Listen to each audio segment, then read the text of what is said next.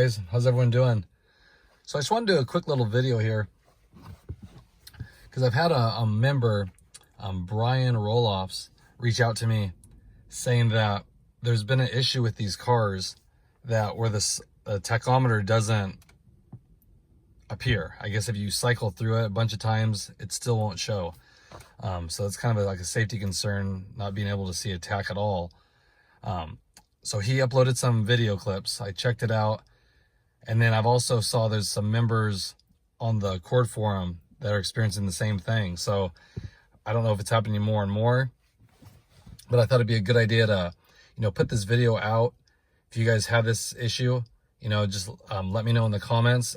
And then Brian also provided a website where you could go make a complaint.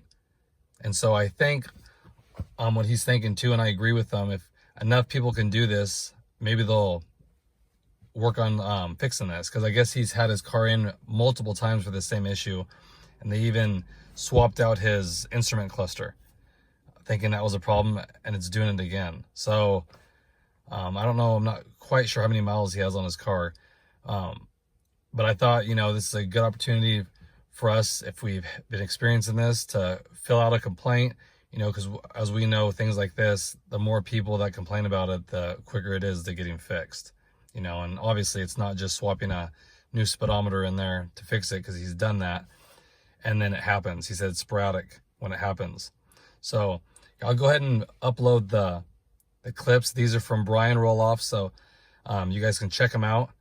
And then if you're experiencing the same thing, please go to the website and fill a complaint out. So I'll put the website up here. You'll see it on the bottom.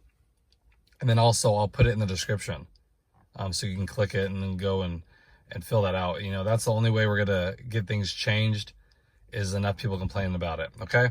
So let's go ahead and watch these. And if you, like I said, if you're experiencing that, please let me know. And then more importantly, just go to that website so Honda's aware of it, that it's not just a few isolated instances, so want to get it out there. So hope that helps you guys. Hope if you guys are experiencing that, we can get that fixed, because that can be pretty frustrating. Okay, so a big shout out to you, Brian. Thanks for the information. Appreciate it. We can all help each other out with this and hopefully get it fixed ASAP. So appreciate it. Thanks everybody, and have a great day.